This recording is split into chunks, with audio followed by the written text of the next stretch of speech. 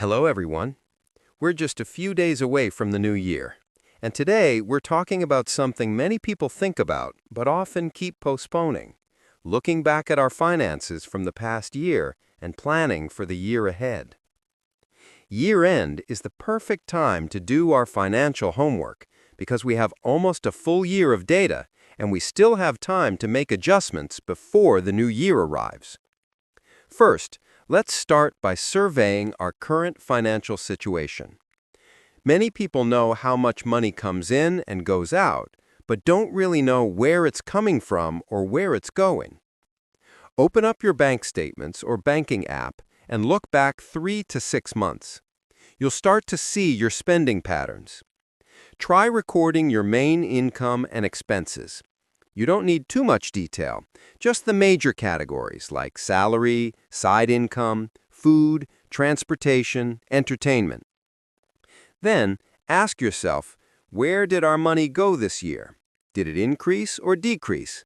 If it decreased, what caused it? If it increased, what did we do well? Next, let's look at the goals we set at the beginning of the year, if we had any. Did we achieve them?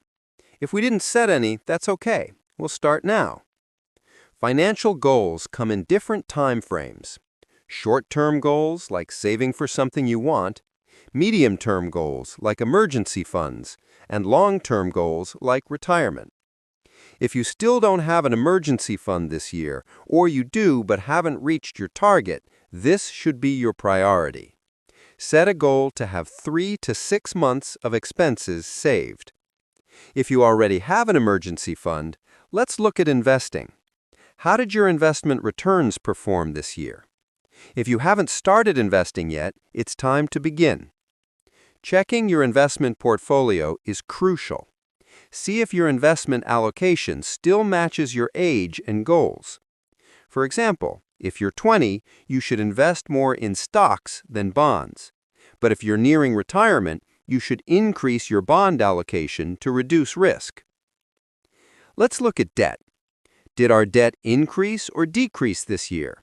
What type of debt? Good debt or bad debt?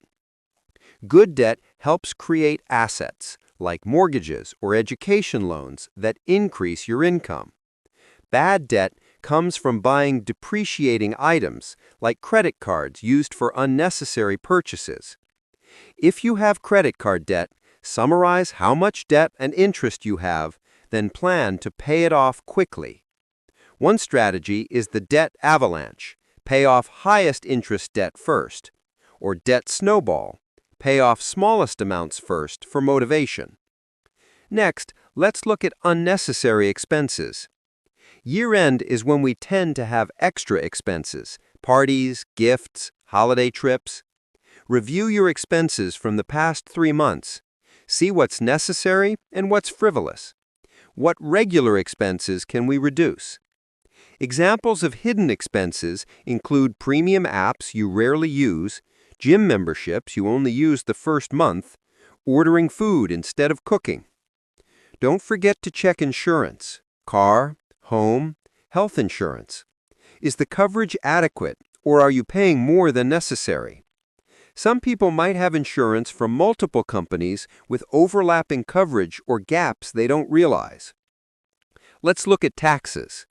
If you're an employee, your company automatically deducts taxes. But if you have side income or other income, you might need to consider additional taxes. Some investments help reduce taxes, like retirement funds or RMF and charitable donations. Now that we know where we stand, let's plan for next year. But before setting new goals, let's finish the homework left over from this year. Pay off credit card debt, organize financial documents, adjust necessary insurance plans.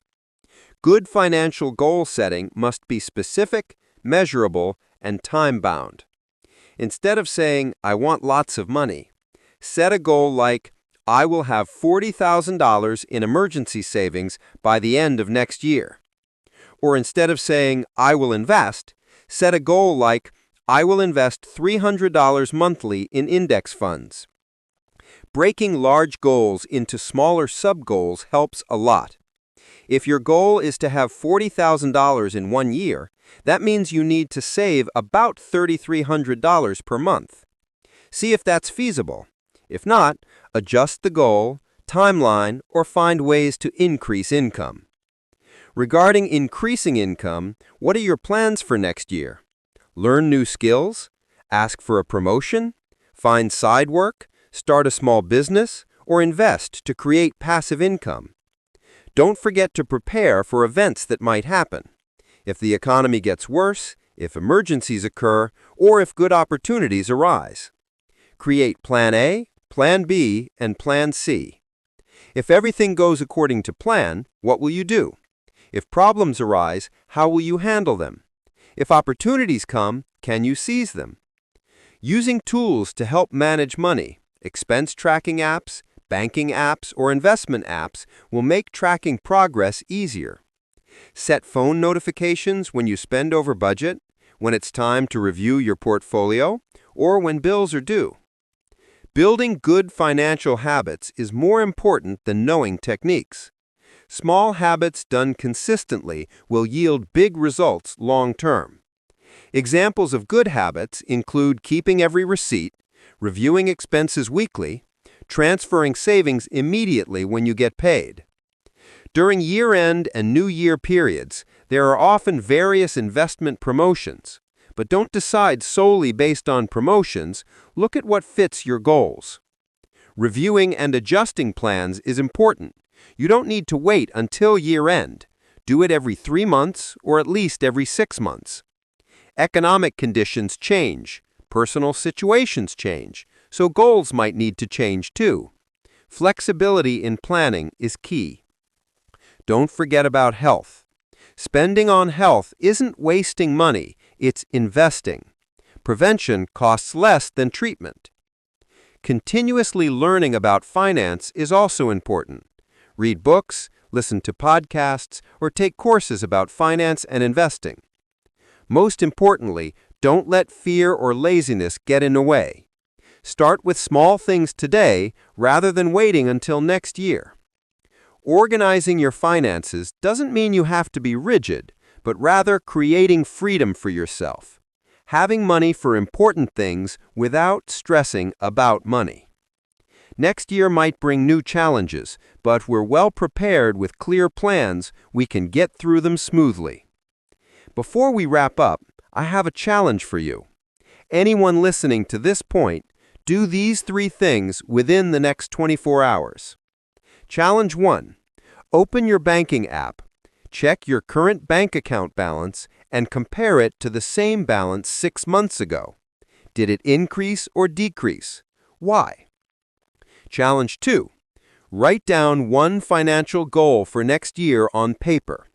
It must have specific numbers and deadlines, like save $60,000 by December, or pay off all credit card debt by March.